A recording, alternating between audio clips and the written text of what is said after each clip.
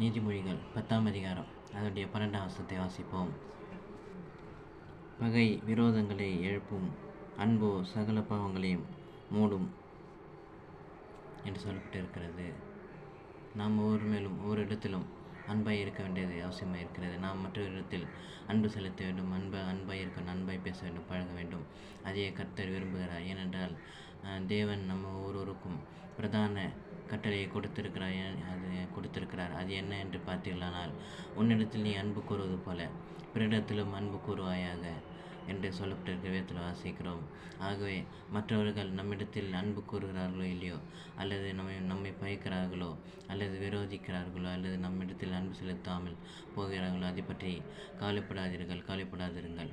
ஏனென்றால் அவர்கள் நம்மிடத்தில் அன்பு செலுத்துகிறார்களோ இல்லையோ, நாம் அவரிடத்தில் அன்பாய் இருப்பது, அன்பாய் பேசுவது, அன்பாய் பழகுவது, அவரிடத்தில் நாம் சிநேகமாக இருப்பது அவசியமாக இருக்கிறது காணப்படுகிறது.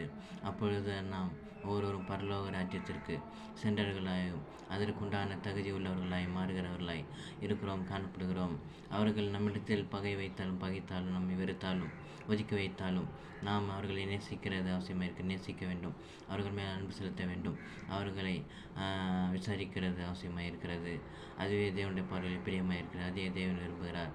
ஆகவே நாம் மற்றவர்களை பகைக்காமல், விரோதம் பாராட்டாமல் அன்பு செலுத்த வேண்டும். அன்பாய் இருந்து நாம் தேவனுடைய நாமத்தை மையப்படுத்துவோமாக, தேவன் நாமத்தை உயர்த்துவோமாக.